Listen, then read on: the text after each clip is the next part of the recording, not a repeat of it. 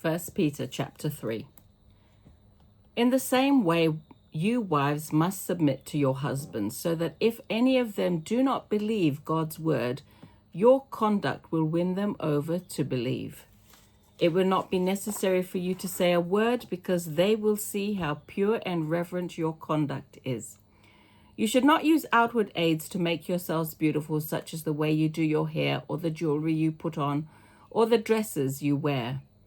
Instead, your beauty should consist of your true inner self, the ageless beauty of a gentle and quiet spirit, which is of the greatest value in God's sight.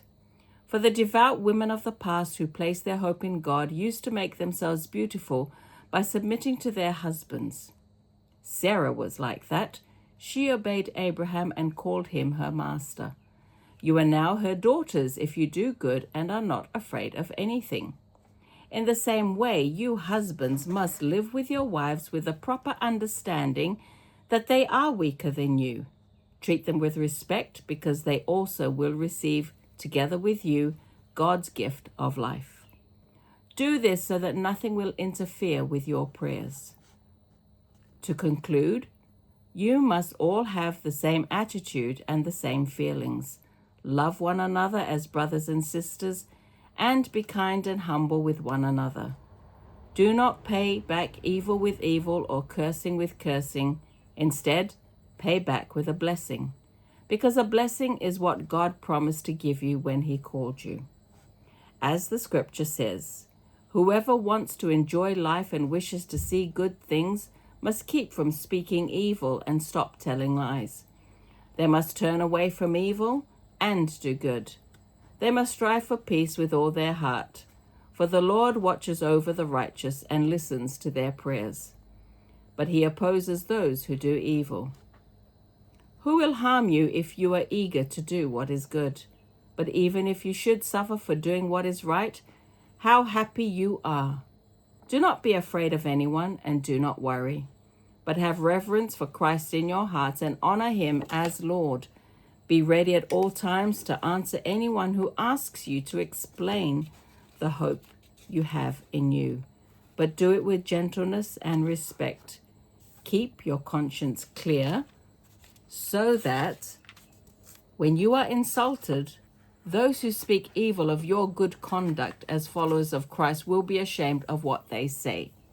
For it is better to suffer for doing good, if this should be God's will, than for doing evil. For Christ died for sins once and for all, a good man on behalf of sinners in order to lead you to God.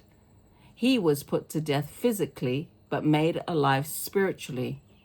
And in his spiritual existence, he went and preached to the imprisoned spirits. These were the spirits of those who had not obeyed God when he waited patiently during the days when Noah was building his boat.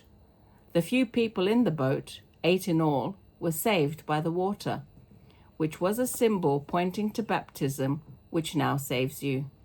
It is not the washing away of bodily dirt, but the promise made to God from a good conscience. It saves you through the resurrection of Jesus Christ, who has gone to heaven and is at the right-hand side of God, ruling over all the angels and heavenly authorities and powers. So that's 1 Peter chapter 3. If you would like to receive Jesus Christ as your Lord and Savior and enter into the greatest relationship you will ever know, please pray this prayer out loud. Father, you love the world so much that you gave your only begotten Son to die for our sins, so that whoever believes in him will not perish but have eternal life. Your word says we are saved by grace through faith as a gift from you. There is nothing we can do to earn salvation. I believe and confess with my mouth that Jesus Christ is your Son, the Savior of the world. I believe he died on the cross for me and bore all of my sins, paying the price for them. I believe in my heart that you raised Jesus from the dead and that he is alive today. I am a sinner and I'm sorry for my sins, and I ask you to forgive me. By faith, I receive Jesus Christ now as my Lord and Savior.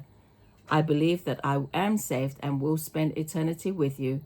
In Jesus' name, amen. If you prayed that prayer today, welcome to the family of God. Heaven rejoices. Please get yourself a Holy Bible and join a Bible-based church.